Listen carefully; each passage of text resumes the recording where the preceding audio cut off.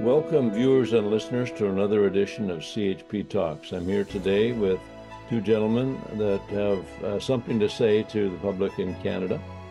Todd Harris is a film producer, and David Stephan is the subject. He and his wife are the subject of this film called The People versus David and Collet Stephan. And I'm just going to give Todd a little introduction as a filmmaker here. So Todd Michael Harris started working in film in the early 2000s with an immediate focus on writing, directing, cinematography, and editing. He worked on everything from episodic television to music videos to commercials to feature films. In September 2021, he released the feature documentary Love in the Time of COVID, Parts 1 and 2, which immediately garnered a large international fan base.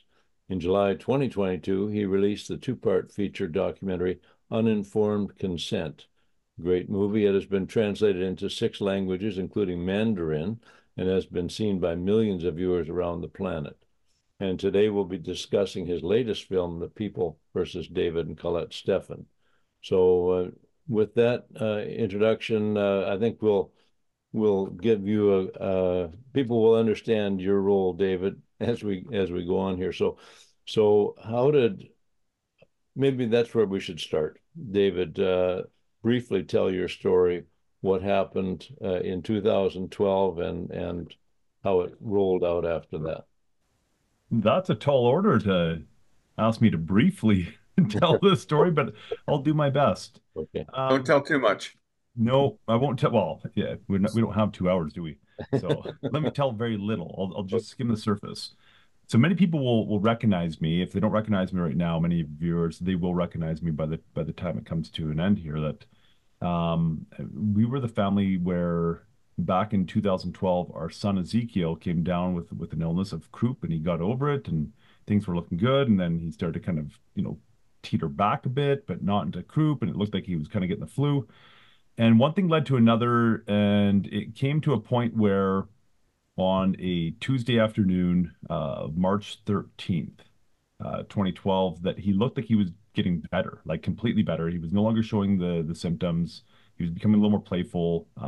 We figured that he'd be up and running around the very next day, energy back. And my wife decided, because she wasn't going to at first because of kind of the waxing and waning that he'd had for a few days leading up to that. She wasn't going to go to a church activity, but she went to a church activity that night. I was watching over him, not didn't require anything because he was having a really beautiful nap at that point in time. And he woke up from the nap, probably about, I don't know, an hour and a half, 2 hours into the nap. And I gave him some more fluids and whatnot because we were still like, trying to just make sure that he was going to be up and running the next day. And he was showing a breathing pattern that was a little curious, but it was nothing like the croup, nothing that would alarm a parent. But that because he seemed fully cognizant, everything seemed fine, but he had this breathing pattern. So my wife just phoned, doing the doting wife thing to just check up and say, ask how he's doing. And I said, well, he's like, he went back to bed. He woke up for a bit there. I said, but he did have this kind of strange breathing pattern, but everything seemed fine. And he was drinking fluids on his own and all that. So, anyways, when her activity was done, because there was nothing really alarming and her activity was basically coming to a close anyways, she got home. And by the time that she got home, he had woken up again and we were examining this breathing pattern, trying to figure out what is this? Is this something to be alarmed over? Do we take him into the doctor? What do we do? What's the game plan here? And before we even had a chance to really assess it, within a very short period of time, he rapidly declined to the point that he stopped breathing. And so I phoned 911, and by the time that I got off the phone with 911, or by the time I got back in the house after running down our driveway to give the address, I just realized that he had started breathing again. My wife said, "Hey, I patted him on the back, gave him a rescue breath, and he coughed up mucus and fluid." So now I'm thinking, based on the previous day of how he'd been doing, that I just phoned 911 for no reason, that he'd probably aspirated on some fluids. But we thought, okay, let's, because we're out in the rural country, let's drive him into the hospital rather than waiting for an ambulance that may not even be necessary. And so we got him in the vehicle. We got our 4-year-old son in the vehicle. I had to wake him up at that point in time. and started driving. And that's when everything went wrong, like really wrong. A mile into the drive, he stopped breathing again. They dispatched, when I phoned 911, they dispatched the wrong ambulance. There was an ambulance within 3 minutes of where we were driving, and they dispatched one from 25 minutes away from where we were. And when we finally met that ambulance going at the speed that we were almost to Cardston. We were almost to the location that they were dispatched from. And so they took over the care, but they had him, even though we were only a handful of minutes away from Cardston. It was 8.5 minutes at least that he was in that ambulance. And unfortunately, Alberta Health Services had destocked those ambulances back then when they took over the ambulance services. They had actually a year before destocked those ambulances. Paramedics were crying out for the equipment, saying we need this equipment. And unfortunately, that's the exact intubation equipment that Ezekiel would have needed that night in order to get an airway. So you went for 8.5 to 12 minutes, depending on which evidence you rely on, because it's all messed up. But it was at least 8.5 minutes of no oxygen whatsoever. And then, as you can imagine, Alberta Health Services went into a big cover up over it. But beyond just a cover up, there was also within the Alberta Solicitor General's office, under the Chief Medical Examiner's office, the forensic pathologist helped to generate an incredible false narrative of bacterial meningitis, which comes with really distinct symptoms, symptoms that Ezekiel did not have, and that it didn't matter whether the ambulance had equipment or not, because based on bacterial meningitis, the pressure would have been so incredible that it compressed the brainstem, and there's nothing you can do about it, airway or no airway.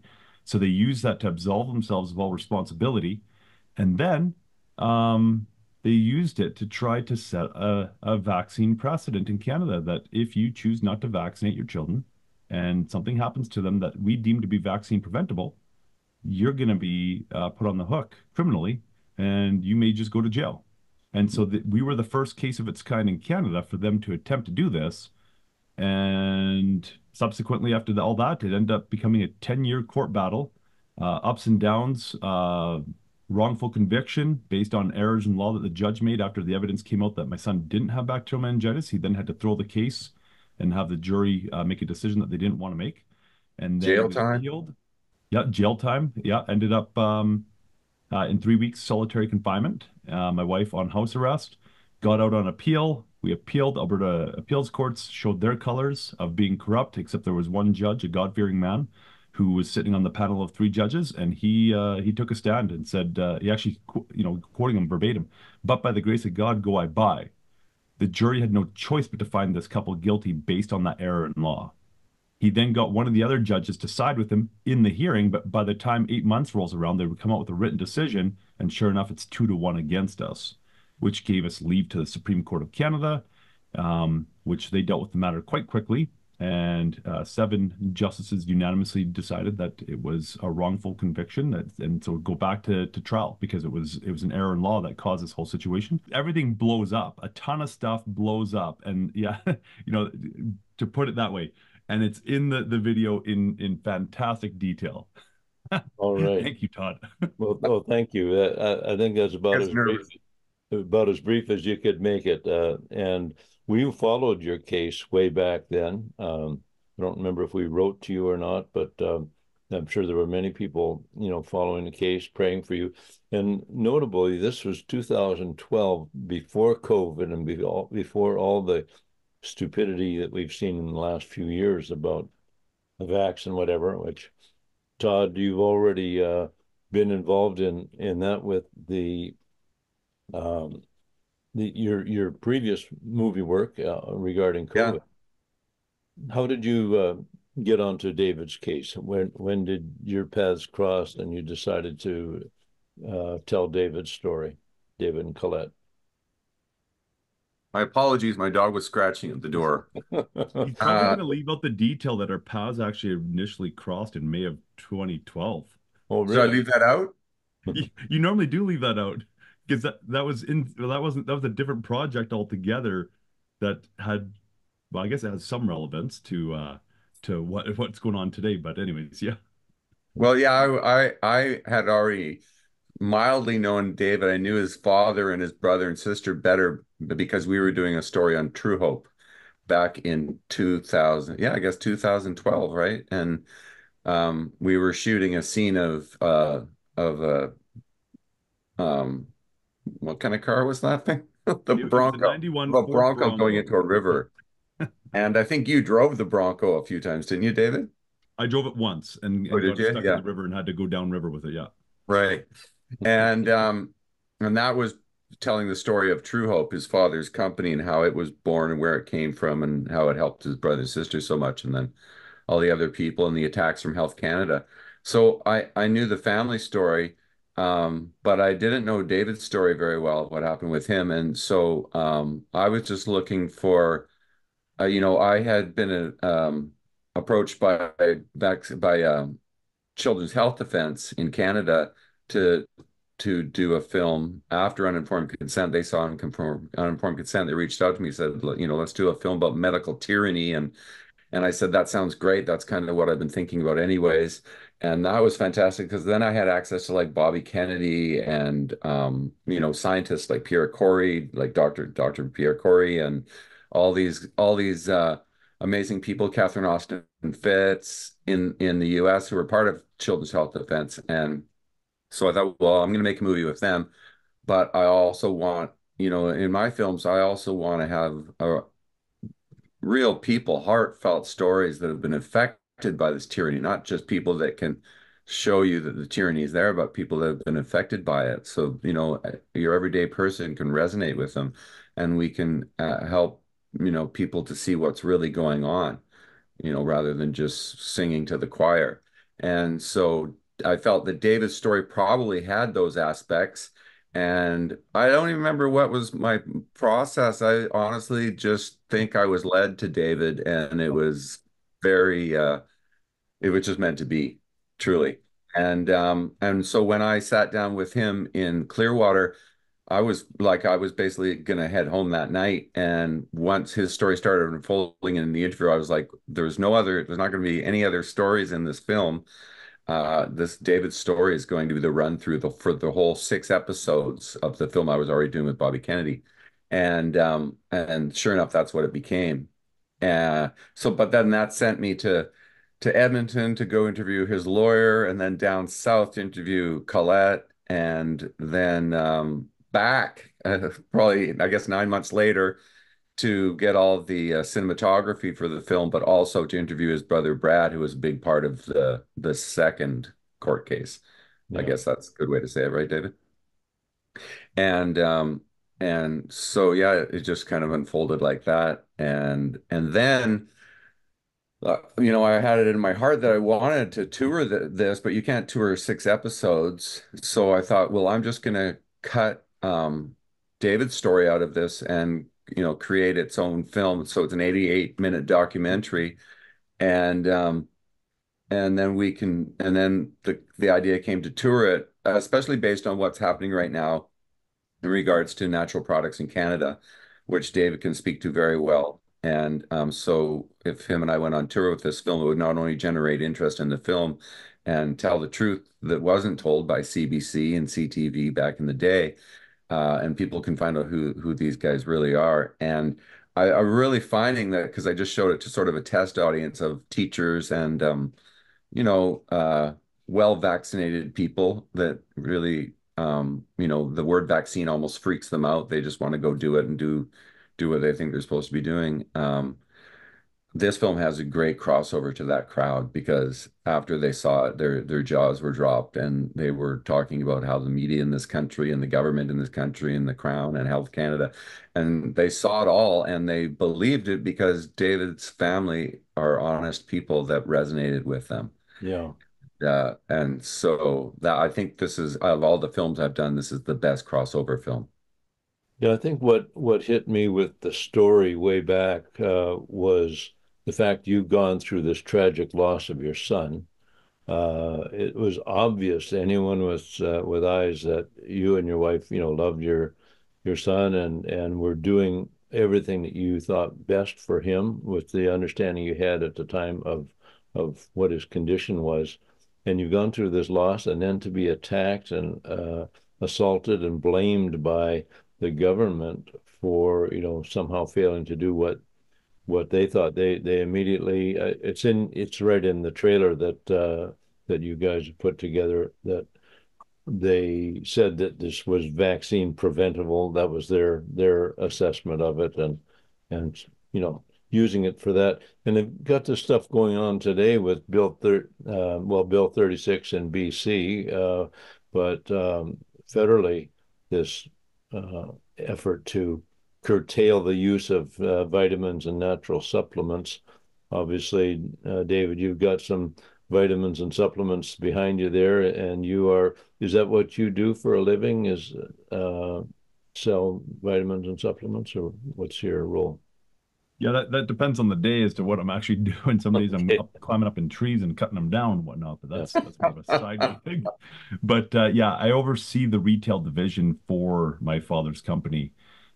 So I've got a team of about a dozen people underneath me here in Canada that are able to get into health food stores and naturopathic doctors and all that type of stuff. So I just oversee it, kind of am the vision holder and put myself in videos, training videos, and all that type of stuff, to assist with that. And in fact, that's an integral part of the story because one of the birds that they killed with this stone, and they were trying to cover multiple facets, was the fact that I was in 2013, 14, and 15. I was rising up to become one of the top, or at that point, I was actually one of the top health speakers in Canada.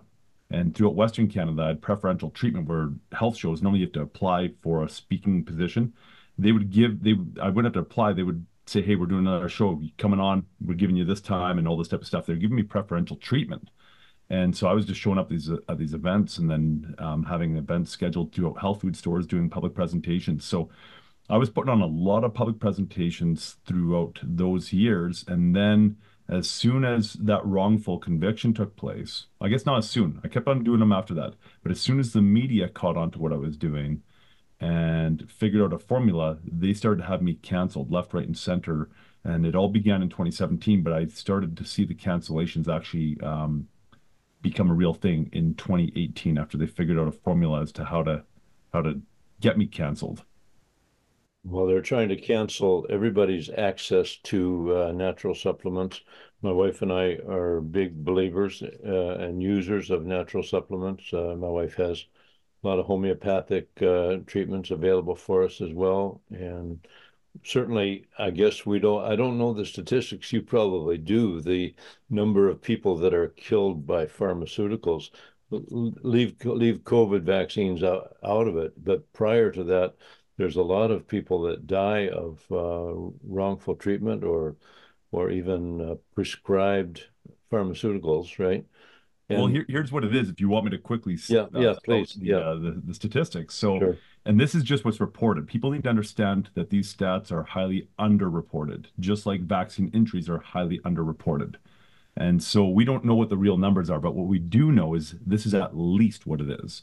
That in North America alone, actually US alone, it's just over 100,000 people per year will die from properly prescribed medications, taking them as the doctor has instructed. On top of that, there's then about another, I think it's 300 or 350,000 people that will die every year from medical misadventure. So medical errors or medical malpractice, that type of thing happening. Now that's in the US, and Canadian statistics mirror it, but are just literally 1/10 of that amount. So we have about 30 to 40,000 deaths per year from medical misadventure in Canada, and we have about 10,000 deaths per year from people taking the medications as they've been instructed to do so. So it's quite a bit when you think about it and put it in proper perspective, just what's being reported. I mean, the biggest city near us is Lethbridge. You have almost half the population of Lethbridge dying every year and being properly reported in Canada from the medical system. Yeah. And not to mention the 100,000 babies every year that are deliberately killed by government abortion clinics, government-run abortion clinics, and approved, so-called, by those in charge. And yet, when your family, you and your wife, the parents, who care about your child and doing everything you can that know of to make him well, and you get accused and blamed and dragged before the courts and thrown in jail even. That's unbelievable. So, Todd, what's your next step with this movie? I've seen the trailer. It's great. I can't wait to see the whole movie. Yeah. You're doing a tour with it. Is that correct? Yeah, so if you go to bigpicturemovie.com, you can see on the David and Collet Stephan page that we have a tour. We are joined by Jody Ledgerwood, who works with Todd Harris and is organizing the upcoming tour. And she's going to tell us where people can see this movie and why it's so important that everyone watches this film. Victoria, Kelowna, Winnipeg, we've got Vanier, Ottawa area, and Elmer in Ontario. It looks like we may have just booked Newmarket in Ontario as well. So we are looking for venues. We are open if you know of a venue that would love to host this story, because it is a story that needs to be told. Please contact us immediately and we can get the details in. We're working on a venue in Windsor.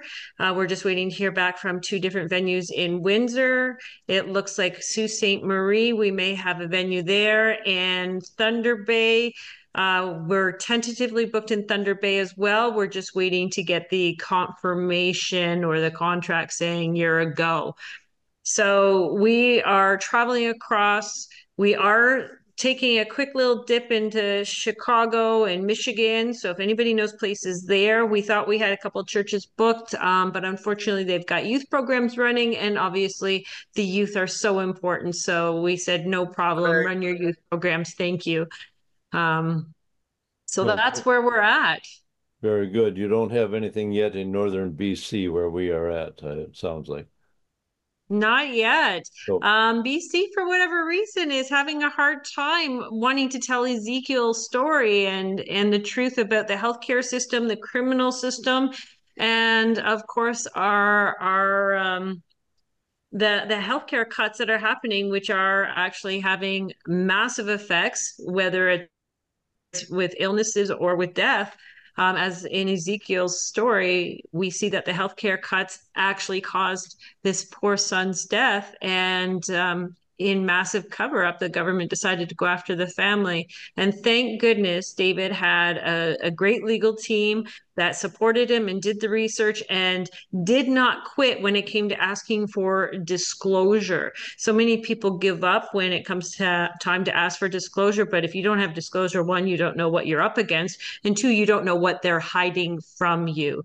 So this is such an important story. It can happen to anybody. And if you're a parent or a wannabe parent, you need to see this story and understand how the healthcare system does not work with you, how the legal system 100% is working against you. And then on top of that, you add in the media propaganda, and we've just got this vicious circle that just keeps putting people through horrific times. Innocent people are wrongly being convicted, and we're seeing this over and over and over again. And when it comes to your healthcare, this should not happen. So you got to see this movie to see how you can fight and how this is relevant to your life. Are these bookings mostly in churches or in theaters? The bookings are in banquet centers, town halls, and right now, churches as well. So we are definitely open to a theater. Any venue that can hold people, that wants to invite people in, we are definitely open to coming to. Everybody needs to see this film. What things, if maybe each of you, 2 things that you'd like us to cover that we haven't talked about? That's a tall order. I'm used to just like having conversations in these podcasts and seeing kind of what comes out. I never come in with like an agenda or anything in my head. But the thing that is interesting is, and it also was part of the initial conversation that David had and I had about doing a tour, was we saw Health Canada in some sort of parliamentary thing talking about David's case as though his child still passed due to meningitis, which, I mean, that was 2 courts of law that found that wasn't true. Correct, David? Yes. And they're still lying. They're still saying this, their narrative that never went away, even though it's a complete lie and it's been proven in two courts. I mean, how does Health Canada even behave like this? Yeah. Let me be clear real quick here, just for truth's sake. Yeah. Um, it would be unfair to say two courts proved that not to be the case. The Okay. first court left it open-ended for the jury, and basically it was said it didn't matter whether he died. You decide whether you feel he died from bacterial meningitis, or if it was viral meningitis, or something else, or if it was from medical misadventure from the ambulance. Basically, they left it open-ended. And unfortunately, we don't get notes from the jury to say what they found, but we disproved the bacterial meningitis thing scientifically in the first trial. In the second trial, the judge came down, and you get all his notes because he writes it in a written decision. And it was proven in the second case, which was far more thorough than the first case. It was 3 months. And what that showed is that he did not have bacterial meningitis and that he did not die from meningitis. And he unequivocally stated that it was due to hypoxic injury from a lack of oxygen. Right. All right. Well, Todd, are you done making this? I mean, this film is ready to roll. Yeah. You must have other projects you're working on right now. Yeah, I mean, I'm more focused on the tour right now. I have been editing a teaser to try to raise money for a film that I'm looking at doing called Canada, A State of Emergency, um, which I think this country is in right now. So just kind of looking at all the different pieces, like this, the whole Soji idea, trying to make our kids who should be in sandboxes think about what their gender is when it's Right. pretty easy to know what it is. Looking at the criminality of our current prime minister, and Health Canada, this attack that we're talking about now on natural health products. I want to look at that and magnify that for people so they can see where's this really coming from. The fact that Health Canada is in bed with the pharmaceutical industry is most people think of Health Canada the same way they think of like the World Health Organization, and they're both criminal. Any entity can be taken over by people with poor intentions. And so, World Health, that sounds fantastic to me. I want the world to have great health. But when you look at the World Health Organization, they're a criminal outfit. And then you look at who's running them, and the same with Health Canada, who is running Health Canada. You just look at the COVID vaccine and what they're saying now, I mean, they never tested it for us. They're not concerned with our health. And when David's lawyer, Sean Buckley, had Health Canada representative on the stand, he said, you're here to protect the health of Canadians. And they said, no, we're not, which kind of surprised him. And in that moment, they said, we're here to protect patent, basically. Wow. So, What a confession. Yeah. So, I just want to keep moving in this way, just kind of looking for guidance from creator and where do I need to look next? And so I'm just kind of following that. And I'm bringing a camera with me on tour, and hopefully we'll do some good interviews. We'll have time for that, and a new film will unfold based on this tour. Wonderful. And Wonderful. I just trust, yeah. Yeah. And in the midst of all that, looks like you, for those who are listening on the podcast, you don't see it, but in the background, there's quite a few different guitars hanging on Todd's wall. Do you get time to play those guitars as well? Well, that's one of the, I mean, first and foremost, I came to filmmaking because of my love of film. I also I've always been a musician, and so I do all the music for the films. So yeah, I've got a good little recording studio here, and that's part of the enjoyment with these films is doing the music too. Very good. Well, thank you so much for sharing your story with us today. We wish you all the best of success on this tour, and of course, the best of success in your efforts, which we are also involved in various ways, to bringing freedom and justice and truth back to Canadian politics and in the medical system and the court system. So thanks for your work. Yeah, thanks for having us. Yes, thank you very much.